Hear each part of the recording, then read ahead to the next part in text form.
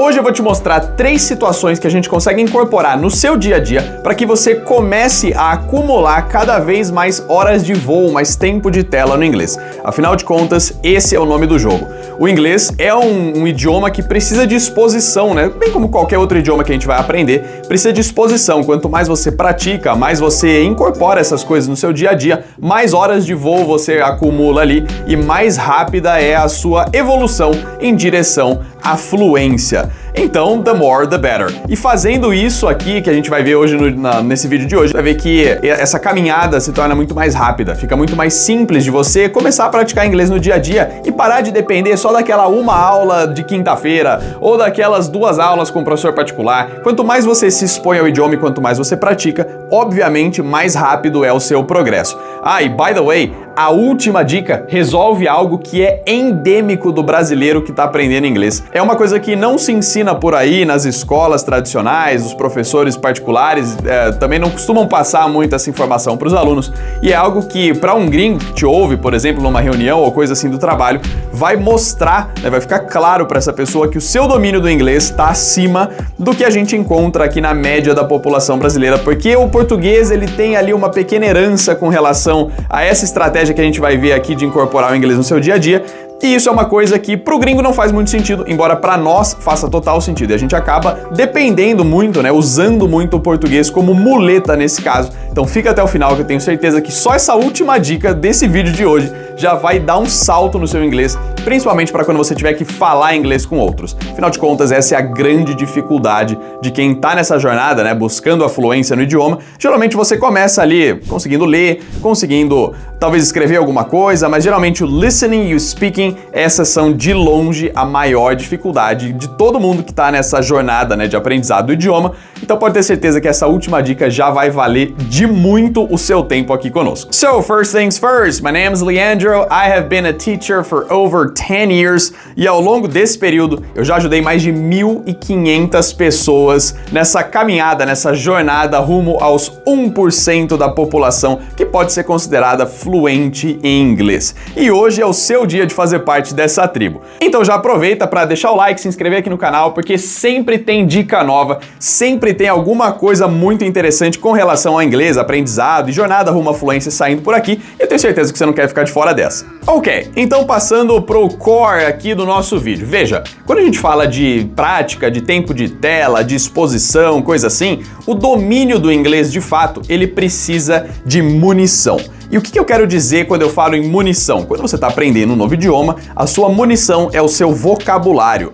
Saber o nome de coisas, porque quando você vai montar uma frase ou vai precisar falar alguma coisa para alguém, você precisa construir essa frase. E é verdade que você tem que seguir algumas regras ali, né, da gramática, de como você vai organizar isso na frase e tal, mas se você não tem a munição, de nada adianta nenhum resto de qualquer outra coisa que você saiba. Afinal de contas, você não vai conseguir expressar o que você precisa, porque tá faltando pedaços elementares ali da frase. Vamos considerar que a munição que a gente precisa aqui, principalmente, tá? Nome de coisa, ou seja, os substantivos do idioma. A gente vai precisar de alguns adjetivos também, isso vai dar uma complexidade maior na nossa frase, você vai conseguir explicar coisas ali com mais detalhes, e principalmente no contexto de verbos. Verbo sempre é o coração da frase, mas o verbo a gente vai resolver na próxima situação. Por enquanto aqui falando da primeira, a gente vai precisar do primeiro tipo de munição aqui, então a gente vai falar de substantivos.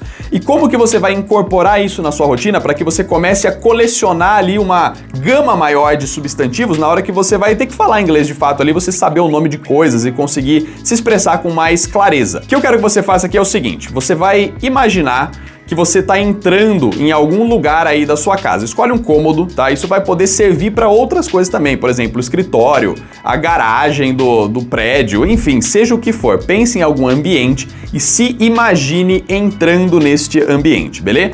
Como exemplo, eu vou pegar aqui o caso da cozinha.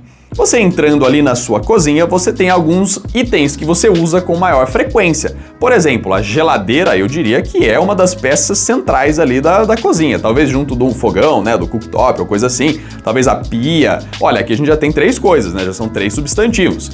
Daí você tem alguns utensílios ali, né, garfo, faca, uma colher talvez. Aí tem, pô, xícara, copo, prato. Veja, eu preciso que você selecione 10 coisas. De preferência, as 10 coisas que você mais utiliza. Então você fala, pô, sei lá, um amassador de alho. Porra, você não usa isso com tanta frequência, então deixa ele para um segundo momento. Pega por enquanto aqui as 10 coisas que mais têm aderência com a sua rotina, com o seu dia a dia. No meu caso, tá, vou fazer esse exercício junto contigo aqui para você entender bem o que eu tô dizendo. Se eu me imaginar entrando aqui na minha cozinha, eu falaria, portanto, de geladeira, falaria de pia, falaria de prato, xícara, os talheres, né, os 3 tipos de talheres, então garfo, faca e colher. Diria também sobre micro-ondas, é algo que eu acabo usando bastante. Falaria sobre torneira, né, a torneira da própria pia. Então na pia eu pensei ali tipo a bancada mesmo, a cuba, etc. E agora a torneira, beleza? E faltando um item aqui, eu falaria da banqueta, beleza? Que é onde geralmente eu tomo o café da manhã, geralmente é na banqueta, né, ali na bancada e tal. Então pra mim, ó, esses 10 itens aqui são os mais comuns para eu usar na cozinha, ok? E aí você talvez tenha uma lista muito parecida com a minha, afinal de contas as peças centrais ali acabam sendo as mesmas. Veja, por exemplo, eu não citei o fogão, embora seja algo muito utilizado também, mas aí você entendeu a ideia, né? Você vai pegar aqui 10 coisas que você mais usa naquele ambiente. Começa com um ambiente de cada vez, porque eu preciso que você tenha essas 10 palavras aqui na ponta da língua. Elas têm que estar pronta, a munição tem que estar pronta para uso ali, beleza? E aí, uma vez que a gente já tem essas palavras, você vai praticar isso por alguns dias antes de você migrar para outro lugar. Então, eventualmente, eu vou começar a pensar que eu tô entrando no quarto, e ali eu vou ter 10 itens que eu preciso decorar ali de palavras, né, com relação a isso. Um outro caso que pode ser muito comum, você chegando na empresa, entrando ali no seu escritório. Olha, o que você tem de itens ali? Muito provavelmente um computador, uma tela, mouse, teclado, coisa assim. Pensa em locais. E aí você se imagina ali entrando naquele local e pega 10 palavras, né, 10 coisas que mais têm aderência com o seu dia a dia. E assim a gente vai começar a montar a sua gama de vocabulário aqui, a sua munição. Veja, se você pensar em 10 locais diferentes, muito rapidamente a gente tem 100 palavras para trabalhar aí. E presta atenção, tá? Essas 10 palavras que a gente tá usando aqui, que a gente tá usando de exemplo, a gente vai precisar delas pro segundo e pro terceiro item que a gente vai falar no vídeo de hoje. Então, não pula etapas, tá? Isso é muito importante. É uma coisa inclusive que eu falo para todos os alunos. O inglês, bem como qualquer outro idioma, ele é igual construir uma casa. Então primeiro a gente tem que cumprir algumas etapas, depois a gente aprende algumas outras coisas e depois a gente vai para outras coisas mais complexas. A ordem como a gente organiza esse tipo de coisa faz total diferença no resultado final. Você não pode começar uma casa pelo telhado. Você não compra um terreno, o terreno tá lá cheio de mato, ainda uma várzea, todo sujo, tem até ninho de cobra no terreno e você fala, pô, vou comprar uma geladeira. Não é essa ordem, né? Primeiro a gente tem que fazer algumas etapas ali, depois fundação, parede, etc e tal, para depois ir pro acabamento. E o inglês é a mesma coisa, a gente tem que seguir as etapas de acordo, beleza? Então, pois bem, cumprindo esse requisito aqui, a gente já tem muito facilmente aqui uma forma de incorporar novos vocabulários à rotina. Então você vai começar a pensar ali em itens do seu dia a dia. Importante, quando você decorar essas primeiras 10 palavras, acrescente mais 5. Ou você pega um outro lugar e coloca mais 10 palavras. A ideia é que a gente vá somando aqui as coisas e cada vez mais expandindo o nosso vocabulário em cada uma dessas situações. Alright, agora a gente vai para a segunda situação em que você consegue incorporar o inglês no seu dia a dia. E se a gente já falou da munição, né, ou seja, ali do vocabulário básico necessário ali, coisas, objetos e tal, agora a gente vai para a segunda etapa, que é o que vai dar liga de fato nesse monte de palavra solta aqui. Eu sempre fui contra a lista de palavras, ela por si só. Então se você pega ali, tipo, 10 palavras do aeroporto, isso sozinho não vai resolver o seu problema. Você precisa colocar isso em contexto. E é isso que a segunda coisa vai fazer pra você. Vai pegar esse monte de palavras solta aqui, porque até então é só uma lista de palavras, né? Vamos pensar ali no exemplo da cozinha. São 10 palavras que elas por si só têm pouco significado sozinho, ou tem pouca aderência entre uma coisa e outra. E o que a gente vai fazer agora é começar a unir essas palavras de forma que a gente consiga colocar verbo. E para falar de verbo, a gente tem que necessariamente falar de rotina. E aqui a gente vai fazer uma subdivisão em 3 outros tópicos, porque a gente vai falar de presente contínuo, a gente vai falar de passado simples, a gente vai falar de futuro simples. Como vai funcionar isso? Imagina então que você já tem ali a munição das 10 palavras da cozinha. Você vai pensar em uma rotina, né? Algum momento que você está na cozinha. Por exemplo, no meu caso, é logo depois que eu acordo, eu vou tomar café da manhã. E para isso, né, até o momento que eu venho trabalhar, etc., isso leva ali o quê? Uns 20, 30 minutos, e ali eu tenho várias ações. E aí você vai começar a narrar, pode ser mentalmente, é claro, tá? Mas você vai começar a narrar o que você está fazendo com cada uma das coisas ali. Num primeiro momento, vamos pensar no presente contínuo. Presente contínuo, para quem não lembra, é aquela ideia que você usa um verbo to be e um ing no verbo. Fazendo a junção desses dois itens, você vai ter a ideia ali do ando, indo, né? Fazendo, cortando, esquentando, sorrindo, estudando. Esses verbos com ando, indo é o que eu tô chamando aqui de present continuous. E aí você vai começar a narrar tudo que você tá fazendo. Eu pensando aqui na minha rotina da manhã, eu então, primeira coisa, eu teria que fazer o café ali, né? Eu coloco ali na cafeteira, na real ela é programável, então a hora que eu acordo o café tá pronto, mas eu preciso colocá-lo na xícara. Ora, assim que eu pegar a xícara, colocar ali na bancada, né? Então tudo que eu for fazendo eu vou narrando. So I am getting a cup, I'm putting the cup on the counter, I am putting sugar on the coffee or in the coffee. Pô, aí agora eu acho que perdemos metade da audiência aqui, porque tem esses negócios de café tem que ser sem açúcar, com açúcar. Pô, eu tomo café adoçado, pô, me ajuda aí. Café sem açúcar não tem condição, não. Eu já tentei, mas não dá, não é pra mim. Anyways, so then I'm pouring the coffee in the mug. Então perceba, eu tô derramando, né, colocando o café ali. Then I'm toasting the bread. I'm spreading cream cheese on the bread. Veja, tudo que eu tô narrando, tudo que eu for fazendo, eu vou narrando. E aqui a ideia é que você realmente, talvez no primeiro momento, não tenha todo o vocabulário necessário pra gente falar todas as ações. Mas é aí que tá. Você vai ter que buscar esse vocabulário, né? Pesquisar ali como é que você fala esse verbo, como é que você conjuga isso, como é que é aquilo, como é que fala isso, como é que fala aquilo. E assim a gente vai cada vez mais aumentando essa massa crítica de vocabulário. A gente já falou de coisas, agora a gente tá falando de ações. Da mesma forma, você vai incrementar isso com outras situações. Lembra que a gente falou do escritório lá, mouse, teclado, PC, etc? Então, olha, quando você chegar, I'm sitting on my chair, I'm turning on my computer, I'm checking my emails. Tudo você vai usar conforme você vai fazendo, você vai pensando na ação que você está fazendo. Depois, a gente vai começar a falar de passado simples e de futuro simples, na mesma ideia. Então, a hora que você chega no escritório, ora, imagino que você já tenha tomado café antes de sair. E aí você vai pegar tudo que você fez e vai dizer no passado. Aqui vai ser difícil, afinal de contas o inglês tem aquele esquema lá de verbos irregulares, todo mundo já passou por esse trauma em algum momento. E aqui você vai ter que pensar lá nos verbos regulares, né, como é que você vai falar, como é que foi, o que você fez, eu fiz o café, eu passei o requeijão ali no pão, ou eu coloquei o café na xícara, eu adocei o café, eu coloquei o açúcar, eu lavei o prato, pensa, é tudo no passado. Então você vai ter que pegar um dia aí, né, pensar numa rotina assim que você fez, ali a ordem das coisas que você fez e joga tudo no passado. Da mesma forma, você pode fazer o mesmo pro futuro. Pô, amanhã, a hora que eu acordar, eu vou passar o café, eu vou fazer isso, eu vou lavar o prato. Percebe? Eu joguei tudo para futuro. E aí vai entrar o lance do will. Percebe que a mesma rotina você consegue subdividir em 3 práticas diferentes. Uma do momento, uma do passado e uma do amanhã, do futuro, da semana que vem. Tudo isso é muito importante para a gente começar a montar as primeiras frases aqui na sua rotina com coisas que você usa no dia a dia. Então a gente está falando de passado, presente e futuro, isso é super recorrente para nós, e a gente está falando de coisas que você faz. Assim a gente começa a montar a sua gama de vocabulário de fato.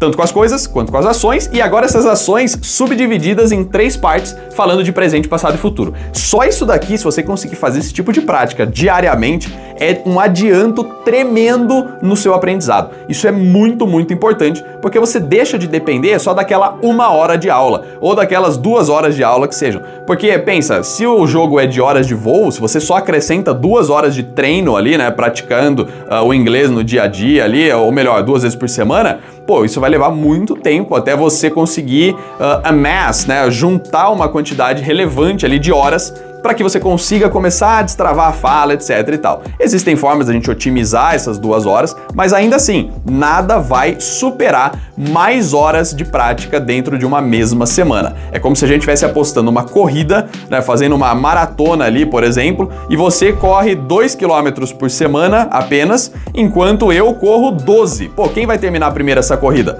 Óbvio que sou eu, porque esses 2 km aqui que você corre por semana, é muito difícil, né? É impossível você alcançar o mesmo nível de progresso ali em termos de velocidade de progresso quanto alguém que coloca muito mais horas de prática na semana. Isso é inegável. O inglês é um jogo de prática, de exposição e de tempo de tela, de horas de voo. Quanto mais, melhor. The more, the better. E por último agora, aquela diquinha que eu falei que ia ser a cereja do bolo. Veja, ainda pensando nas suas rotinas, nas coisas que você faz no dia a dia, tem uma coisa aqui que o brasileiro no geral ele erra muito, que é o lance do I think e do I guess. Todo mundo pensa que o eu acho é sempre o I think e acabou. E na real, não é.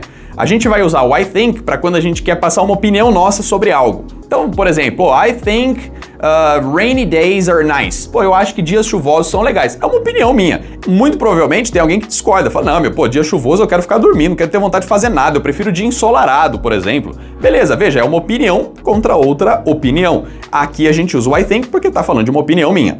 Já o I guess, ele fala de uma falta de certeza. Como assim uma falta de certeza? No sentido de que alguma coisa que eu não tenho certeza se vai rolar, se é assim, se é assado. Por exemplo, I guess it's gonna rain in the afternoon. Pô, eu acho que vai chover de tarde. Eu não tenho certeza. Não é uma opinião minha, não tô fazendo um juízo de valor de algo que eu acho bom, que eu acho ruim. É só uma falta de certeza, porque eu realmente não sei.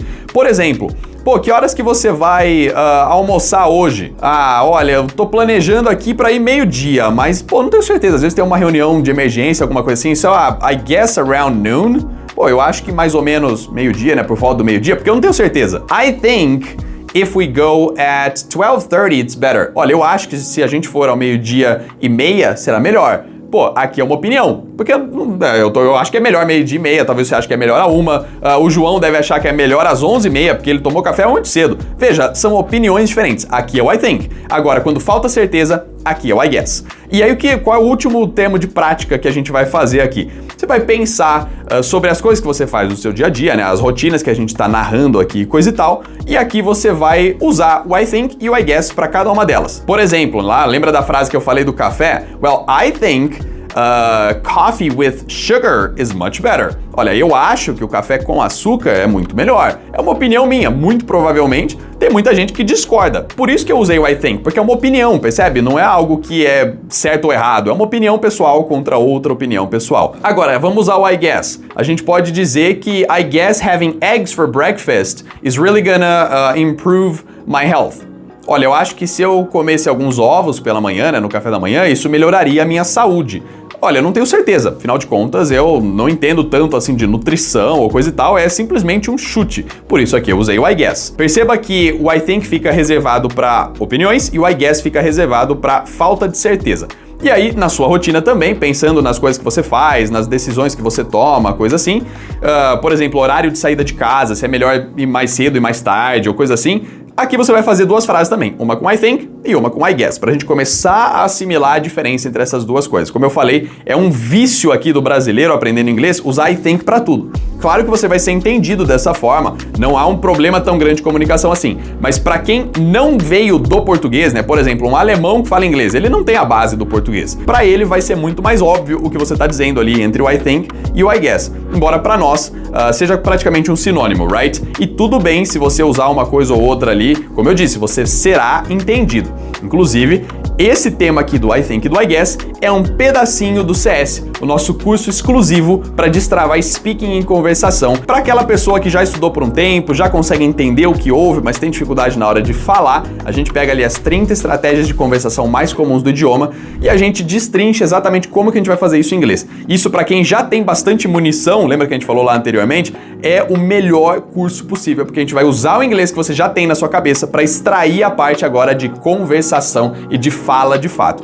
Essas estratégias são situações do dia a dia. Então, por exemplo, você tem que dar uma opinião, é uma strategy. Você precisa discordar de alguém, existe uma strategy para isso. Você precisa concordar com alguém, existe uma outra strategy para isso. Você precisa falar de um processo, existe uma outra strategy para isso. E aqui que tá o ouro do negócio. A gente pega essas 30 estratégias de comunicação, né, de fala, de conversação e destrincha isso da melhor forma possível em inglês para que você tenha a mesma naturalidade do português, afinal de contas é o idioma que você já fala, agora a gente vai transferir isso para o inglês. Então se você estiver interessado aí em saber mais do CS, tem um link aqui na descrição para você entender melhor como funciona esse curso e esse método, alright? E uma dica extra, se você não quiser ficar usando I think para tudo, mas acha que o I guess vai confundir sua cabeça, simplesmente troca o I think por if you ask me. E aqui não vale traduzir ao pé da letra, porque vai ficar ruim, tá? Tipo, se você me pergunta, não é essa a ideia. Pensa que o if you ask me e o I think são sinônimos completos. Você pode usar um ou outro para passar a ideia do eu acho e passar uma opinião sua. Só para dar uma variada, assim você não fica dependente talvez só do I guess, right?